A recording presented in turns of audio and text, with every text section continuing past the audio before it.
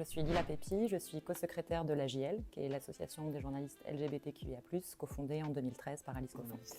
L'AJL a été cofondée en 2013 au moment du mariage pour tous et toutes, et notamment parce qu'on constatait qu'il y avait un mauvais traitement de ces questions-là, avec beaucoup d'homophobie banalisée sur les plateaux.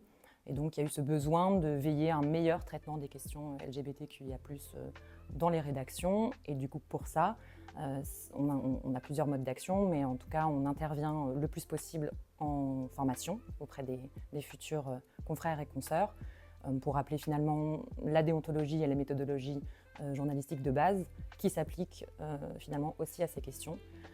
Voilà, il n'y a pas de traitement spécifique à avoir.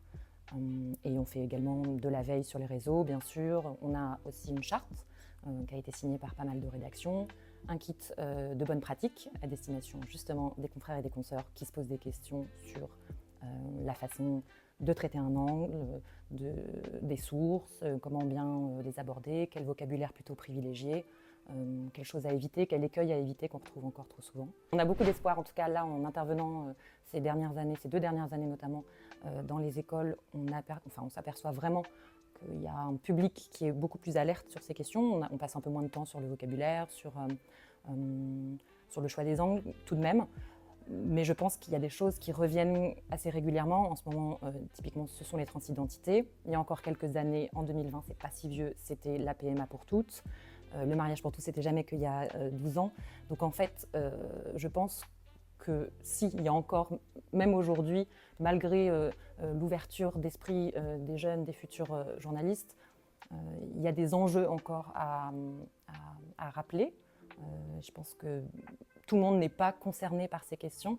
La majorité des promotions n'est pas concernée par ces questions, a priori. Donc le risque tout de même de ne pas savoir correctement traiter ces questions est quand même assez grand. Personne n'est épargné. Et d'ailleurs, il y a les questions LGBTQIA+, mais il y a les questions de racisme aussi, de validisme, enfin toutes ces questions-là de personnes minorisées, avec un vocabulaire qui peut être violent. Alors il y a un vrai problème de vocabulaire, transsexuel pour transgenre, une confusion aussi entre par exemple l'intersexuation et les transidentités, des choix d'angle extrêmement problématique. Je pense à notre dernière étude sur le traitement de l'affaire Pierre Palmade, dans laquelle on pointe justement des angles, une association entre le terme, en tout cas entre le fait d'être un homme gay et le chemsex, la pédophilie. On a vraiment pointé du doigt 2 rédactions qui ont eu des traitements très discutables et voire stigmatisants, c'est quand même totalement à l'opposé de notre charte de déontologie et de la loi pour la liberté de la presse aussi. Donc il faut s'en souvenir et c'est encore vraiment d'actualité. Il y a une question vraiment d'angle. Je pense que c'est OK de ne pas être neutre, mais je pense qu'il faut juste prendre conscience de sa position et de se rendre compte qu'on a des biais et d'aller questionner ces biais-là, de se rendre compte quand on aborde un sujet, moi en tant que personne blanche, si je traite un sujet de racisme, je dois me questionner sur ma façon d'aborder cet angle-là.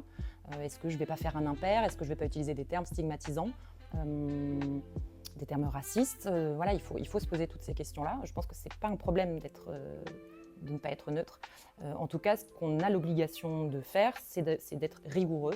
Et la rigueur journalistique, elle doit normalement, si elle est respectée, faire en sorte qu'on ne soit pas stigmatisant hors la loi ou à côté de la plaque dans les sujets dont on vient parler sur un plateau télé ou dans un journal, quoi. Tout le monde peut traiter des sujets LGBTQIA+, ça c'est une certitude.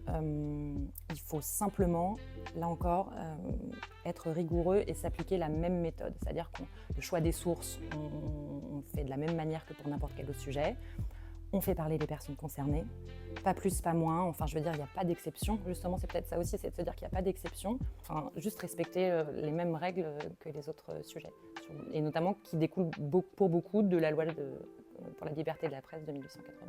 Alors, on est assez confiant et confiante sur les jeunes qu'on rencontre là en ce moment dans les écoles. Ce qui est peut-être un petit peu plus difficile, c'est les personnes qui sont en rédaction, qui sont installées. Et pour l'instant, on n'intervient pas dans les rédactions, au cœur des rédactions. Et ce n'est pas non plus aux jeunes journalistes d'aller faire bouger les choses dans une rédaction. Personne n'a les épaules pour faire changer des attitudes, des méconnaissances globales en fait. Je pense que pour beaucoup, il y a vraiment cette idée d'inconnu.